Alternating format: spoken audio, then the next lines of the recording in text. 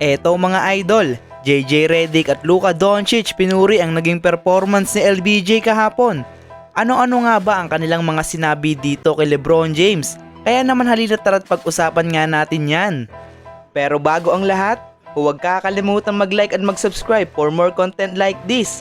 Okay game!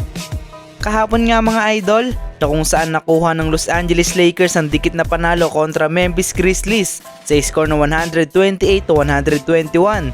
Nagtala nga dyan si LeBron James ng 31 points, 9 rebound at 6 assists, shooting 12 out of 18 sa field. Yung ilang puntos nga ni LBJ dyan ay galing sa crunch time. Siya nga kasi ang nagselyo ng panalo ng Lakers kahapon mga idol.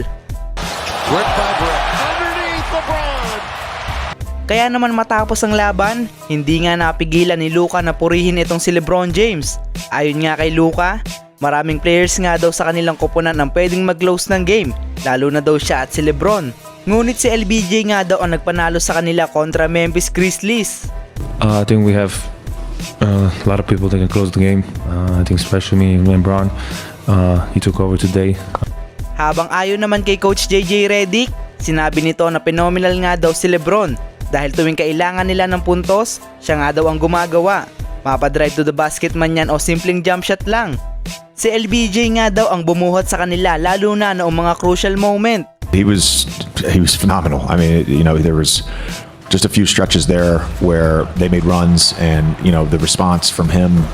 Ayan nga po ang mga nasabi ni JJ Redick at Luka Doncic patungkol dito kay LeBron James. Talaga naman binigyan nila ng credit ang performance sa ginawa ni LBJ. Malamang sa malamang nga, baka hindi kayanin ni Luka at ng Lakers na manalo sa Memphis Grizzlies kung wala ang nag-iisang LeBron James. Kaya naman mukhang hindi talaga tumatanda si Lolo Bron dahil kahit anong edad niya, dinodomina pa nga din niya ang NBA. Ano ba ang masasabi nyo sa pinapakitang performance ngayon ni LeBron James mga idol?